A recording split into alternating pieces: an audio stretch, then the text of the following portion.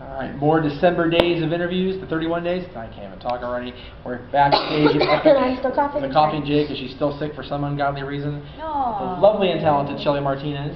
You know what helps when you don't know, like you get the little mush mouth?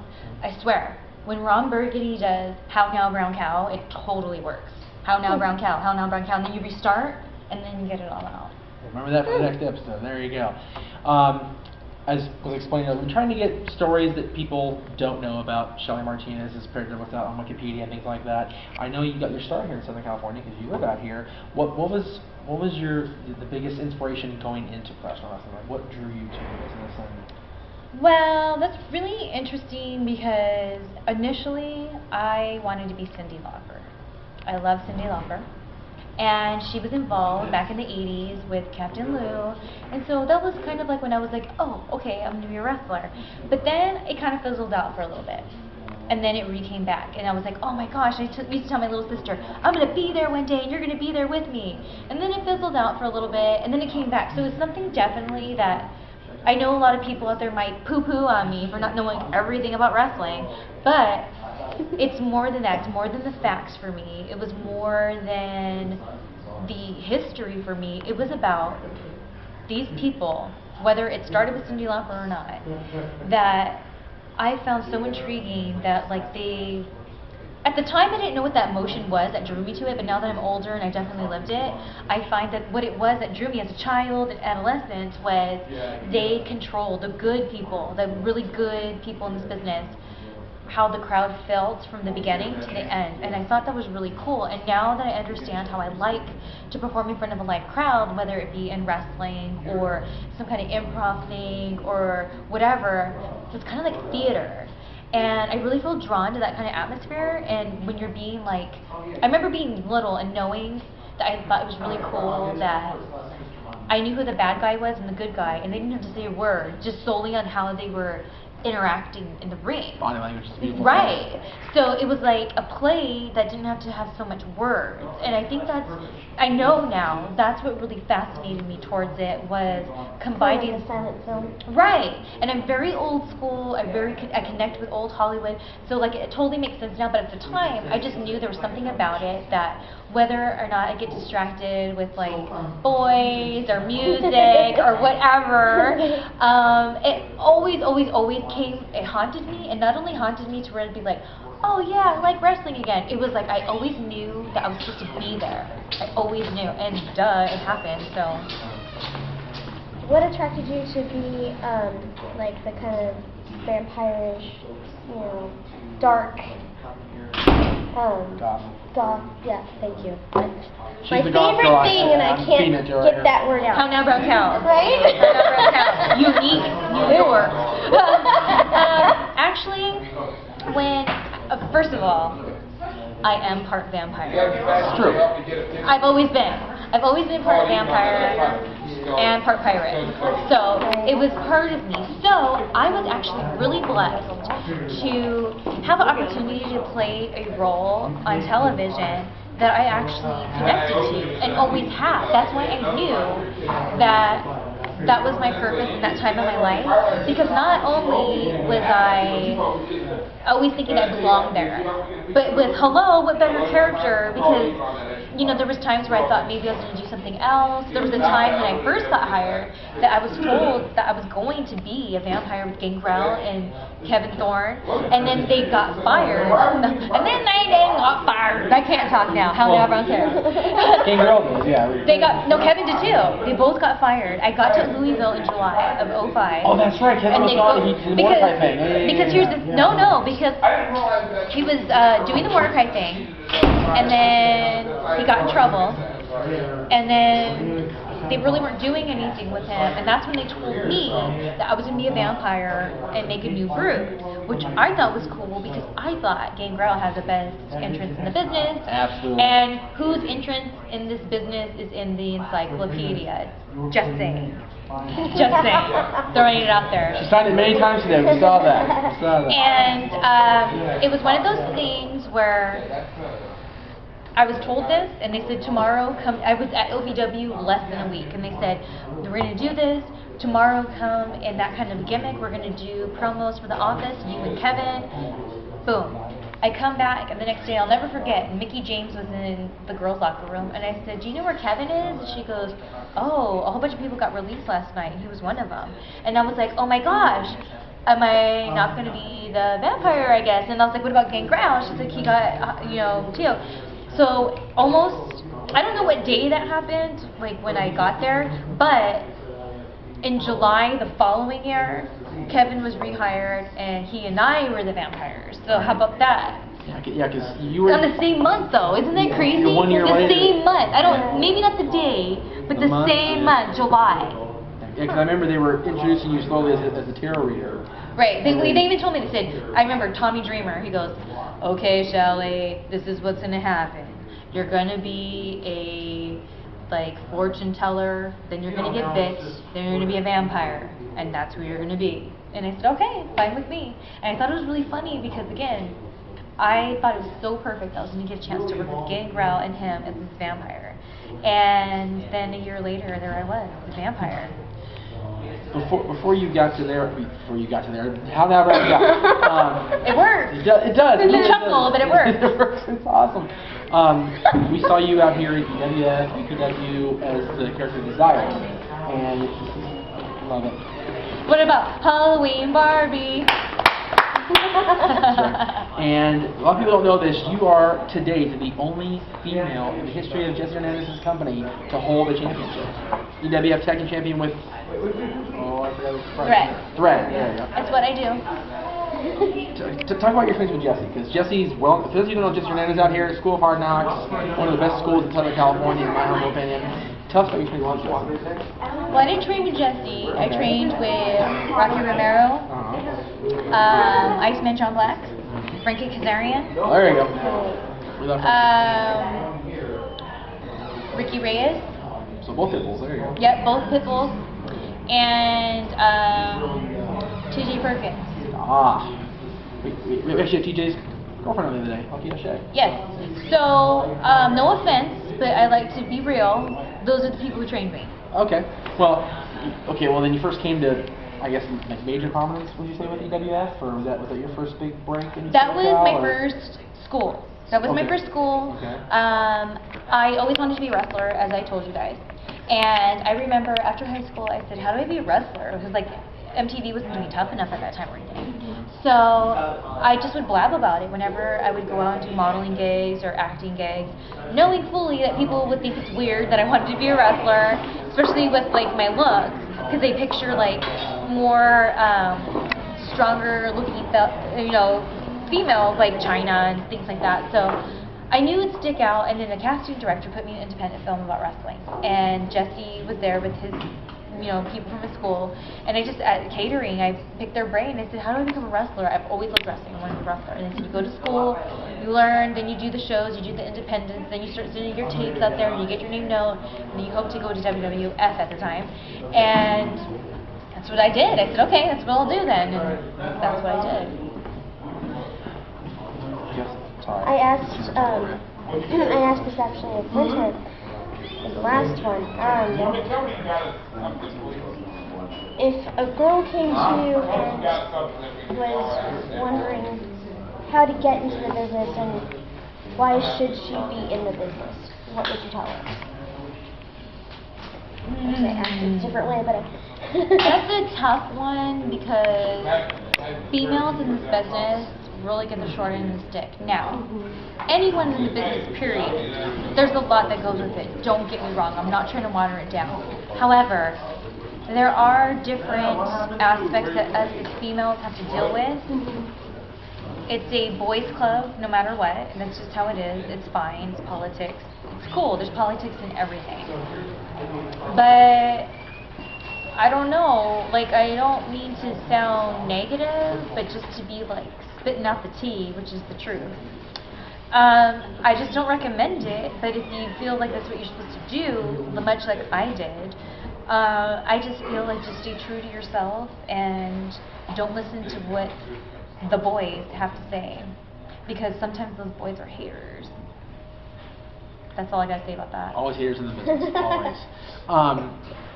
the first real big program for you guys in ECW once the gimmick started rolling was against Bald Mahoney, and you got a chance to work with Francine. Yes. Which was, I'm sure, a huge thing for you being a wrestling fan. Francine was the Queen of Extreme. Tell us about that program. You know, I love Franny. She's my friend to this day. There's an old saying in the business, it's like, oh, I'll be friends with them after wrestling. She's definitely one of those people that I said that, and it's true. I love her. I learned a lot from her. It was really cool that they brought the fake ECW back because it's like, you know, I'm sorry. it's okay. Somebody like her that had already been through all of it, she really helped me when I would travel with her and just really learned a lot from her, and that's where our friendship really grew because she was so open about sharing her experiences, and I think sometimes in the wrestling business that lacks, and that's why the torch isn't really being handed down properly because you got people who, you know, maybe they have families or whatever, they don't know what else to do, so they want to hang on to their spot, and then it becomes cutthroat instead of passing down that knowledge, passing down that torch, taking people and saying, okay, this is how it works, and taking that time out when you see something special. Instead, now, my opinion, correct me if I'm wrong, because I want to be wrong, I do, but it's like, in my opinion, from what I've seen people who could do that and really help this business be where it used to be, being too fearful of losing their spot to somebody that's younger, so they don't want to pass down that information. And Francine really gave me that information. She told me, you know, this is how it is no matter what. You just can't change it. So this is how you deal with it. You know, it was very like a taking me under the wing kind of thing. And I think these days, people don't really get taken under the wing. Maybe it looks like it, but I don't know. I just don't think so. And that's what makes it so cutthroat and makes it less fun. Like, wrestling's supposed to be fun. Duh. Like, what I signed up for definitely wasn't what I got. And it's fine. I'm not trying to be like, oh, blah. But it's like, it's a bummer because it's an easy solution. Work together and pass the torch down, bitches. Yeah. I've been saying that for a number of years. You went to TNA after your recent at Salinas with LAX. Salinas. Was there a time prior to going to WWE where you looked at TNA as an option? Were you thinking about going with them at all? Well, when I was with WWE towards the end, last couple months, because I was having personal issues backstage, it made it less fun for me. Because even though I did see the reality of it all, I was hanging out with people like Rob Van Dam and people like, you know, Brian Kendrick and Paul London, who really took this kind of like, you guys know the show MASH? Yes. Okay, you know like how Hawkeye and his buddy, whether it was BJ or the other guy, yeah, they would wear like the Hawaiian shirts. They were like those guys. I kind of feel like Brian and Paul were those guys. Definitely. And I really appreciated that. Jimmy Yang. Like there was different people who, Shane Helms, different people who like didn't take it serious because they knew it is what it is, and they had fun. So I took notes, and so like when I was in WWE, I just kind of was like, I just thought it was a joke and I had fun because I finally learned that everything else is BS. So like when I went to before I went to TNA and I was there and I was kind of feeling those things, I remember watching LAX. And that's when Conan was with them. Right. And I was at the gym. And I remember thinking, if for some reason it didn't work out here, I could see myself working with these guys. Because, like, my family has some gangsta people in it. So, like, I know all about it. And, like, I kind of goof on them to their faces. And I get away with it. Much like in WWE. When I come from outside and I smelled like medical marijuana, it was okay because it was Shelly. Same thing in TNA. It was like, I own this, like, this is just who I am, I'm honest, and I'll tell you why if you want to listen, and it's legit, so what's up?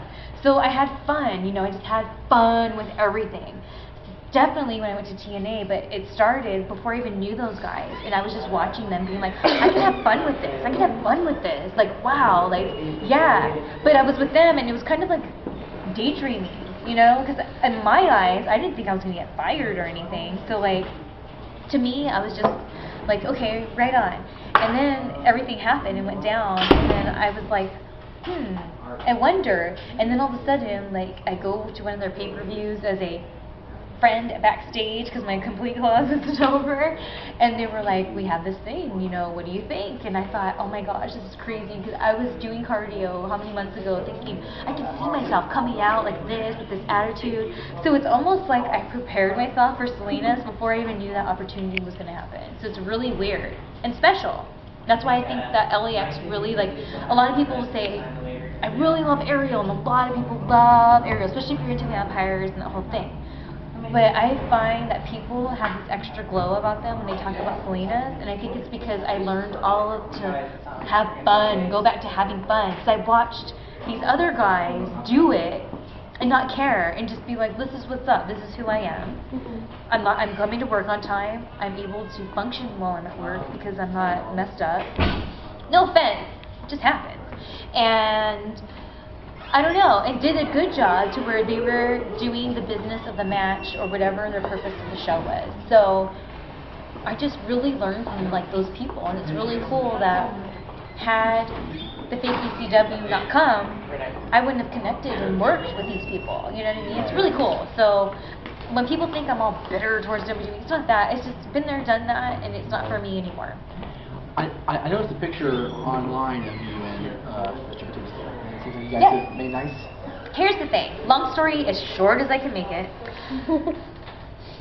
If you don't know the story, you can Google it. It'll come up. It's out there. It's out there. Trust me. I've talked about it a lot. Okay? Just Google it. Okay? But the reality is, yes, Jade Batista and I did have an altercation backstage. No, I wasn't sleeping with him. No, I wasn't involved with him. It was just this thing that happened. And then it resulted in me getting fired. And it was fine because I felt I stood up for myself. And I didn't get all like, you know, just out of control. I just straight out told them what was up. Like how I'm talking to you right now. So then I went through all these different emotions since that happened to me, from thinking I know I did the right thing, to did I do the right thing, to oh my gosh, what did I do? Maybe I should have done it different. Every emotion you could think of, I went through with this person because I worked so hard to get there, and then all of a sudden, because one person has an issue with me, I got robbed. So then I go to TNA, and I really felt my place there. Still was going through those thoughts because it still hurt, you know. Yeah. And about almost a year ago, I had this dream that I shared this on my High Spots interview that I shot in like May-ish of the beginning of the year. And On sale now. on sale now, highspots.com. Just kidding. Well, for real, but anyway. And you're nice. And I had this dream that I was in this lobby with Dave, and I didn't know, in my dream I could hear myself thinking, am I at a show? Am I not? Whatever. And then I would just go with it. And we were laughing, we had a glass of wine, we were having a good time, and then we hugged each other and he left, and I forgot to tell him something, so I knew his room was the room that had the string that was neatly put together. And so when I found it, I looked at it on the floor, and in my head I heard myself say, that represents wrestling, it'll make sense later. And then I woke up. So my High Spots thing, I said, I don't know what that means, but like I would like to talk to him and like just be done with it, because like what I've learned from all this, I've gained so much, just no bitter feelings. That was in May. In June, he got a Twitter account. And then I really felt I love Jesus, and I felt that the Lord put it on my heart to say something short and sweet and to the point. So I simply tweeted him, truth, and I was so nervous. I was so nervous because I thought, what if this, like, I got that flashback of like the last time I saw him, and he was in my face, like pushing his middle finger in my face, you know, it was pretty intense. I thought he was going to hit me. So it was really aggressive. And he wrote back truth, you know, this business does things to people and blah, blah, blah, totally owned up. And I thought that was really cool. And I literally, that second, felt this huge weight lifted off my shoulders. And then, a couple months later, by total last minute thing, this fellow couldn't make it to LA for this premiere, and he goes, you want the tickets? I said, yes. So me and my girlfriend went. And I didn't know he was going to be there until like I went to like tweet about what's going, and I saw that he did, and I was saying, oh my gosh, I got to get a picture, because people out there need to know that there's misunderstandings and people are the way they are 9 times out of 10 because of what they've experienced, and it's not so personal, and it's very hard not to take it personal. That's the hard thing. And here I am, I've been blessed to live my childhood dream, and I have this platform like freaking Twitter to like share this to people who need to hear it in their own way. So I knew I had to take a picture with him, because everyone knew the story, everyone knew that he tweeted me back, it was on the dirt sheets, everyone knew. So I went and I couldn't find him. There's just so many people there. And when my girlfriend and I were leaving, I saw him and I said, "There he is." And I just ran up to him. I tapped him on the shoulder. I was like, "Hey," gave him a hug. He kind of looked at me like he was taken back, like, "Is this Shelly Martinez?" And I was just like, oh my gosh, I was just so happy to have that moment. "Can I take a picture?" He's like, "Of course." I said, "You know, nothing but positive vibes to you. I know you might think I'm just some dumb hippie." And he was like, you don't know my mom." So then we had a cool moment, you know what I mean? To where he was like trying to... Always the bomb. You know, so like it was really cool that like he received it, because he knew apparently his mom maybe is like a spiritual person or believes in energy or whatever. But like it was cool. And then I left and I was telling my girlfriend, when I was telling her like how amazing I felt, I said, I feel that was my purpose, and now like I can move forward and embrace whatever's coming forward, because I feel it's something big. And then the very next week on that day, I got this call to do a pilot. And that pilot right now, where it sits, is in very good standing. It's like, so it's like, it all came full circle. And it's just really interesting how all that timing happened. And that's why I know it's real. Like when people out there want to think I'm crazy Shelly, that's real, yo. That's real. And that happened. And it was really cool. And it wasn't until like the next day, I was talking to my sister about it. And then I was thinking, oh my gosh, the last time I talked to him, he was screaming in my face. And we had this like thing. How crazy, like at the time it was just so, that forgiveness had already happened, that I so didn't feel those feelings, to where it took me a whole day to go, oh my gosh, that is the reality of it. So there's the Batista thing. See, that was a long answer, so that's why you have to Google it. I can't get into the whole from beginning to end. We'll be here all night. Highspots.com, Shelly Martinez. There you go. Make it happen. She has a whole store on there, I think. No, I have a store. You have a store. What's your store? On ShellyMartinez.org. .org. .com. Not .com, it's not Not Shelly. orgy, but org. Whoa. No. Whoa. That's a whole other story for And another the time. YMCA. Come and stay at the... That's an orgy right there. It's a family establishment show. Gary would be ashamed of you for talking like that. So would Travis. Anyway. Tell us about the initial story of Wild. How did Travis get a hold of you? Where did you come to? Travis was in Sprinkles, my superhero web series. Oh. And I needed some people that were okay with wearing special effects makeup to be gorillas for an episode that we had. And I wanted wrestlers or someone that could take a bump, because there was going to be some fight scenes. So I enlisted on Twitter to all my SoCal peeps that fall in that category. He told me he had done some referee stuff, and blah, blah, blah. And he came, he kind of shared with me a little bit, but not too much. And then, I don't know, we just here and there talked, and then it came together. There she goes. There she goes. Ladies first. Ladies first. Big gentlemen. Yep. Go ahead. No, ladies first. I insist. You mentioned how you have a Twitter. Do you have like a public Twitter, or Oh yes, just, I'm very friends Twitterific. only? No. At Funtime Shelly. Know it, learn it, live it. Love it. Go on the website. Join the Funtime Gang. You get all kinds of videos and Dude, photos. the Funtime Gang, those are my peeps. Let me tell you something. In the summertime, I went through a very bad breakup. And part of the support that I gained was from my Funtime Gang. And like, people always say, wow, like, not to sound like, I don't want to sound like a douche. I know this is making me sound like a douche. But when people say, wow, you do so much for your fans and blah, blah, blah, blah, and they give me that praise, it's almost like, to me, I think, well, duh, they were totally there for me when I needed them the most. And like, my whole life changed. You know, I was with somebody for almost 3 years, and my total life changed. They were there for me. They saw those raw moments that it was like therapy, you know, for me to tape myself and be crying and talking real. It helped other people, and then that made me feel like, okay, if my story helps other people, then I can get through this, and it's gonna be all good. And now I'm like in the best place in my entire universe. So you're like Funtime Gang, man, right there. We're here for the big Wild Championship match between Winter and Tara. Now, originally it was supposed to be you and Tab Jackson, Yes. and then Winter took your place. Yes. Do you see yourself as going for one or the other and maybe challenging one of them next, or? Well, here's the thing. Let's be honest. I am a champ. I don't need a title to tell me that. But if the opportunity arises, you know, the right timing, I think that's definitely something I need to conquer. You know, a little something, something. Do you have a ticket for today's show? I do. All right. Well, then you're going to see what happens, don't you? There we go. We'll find out. Thank you, Shelly. Appreciate Thank it. you. Pleasure as always to deal with you. So much. We will Love see the you. rings. Thank you. We'll see you guys next time on RSI.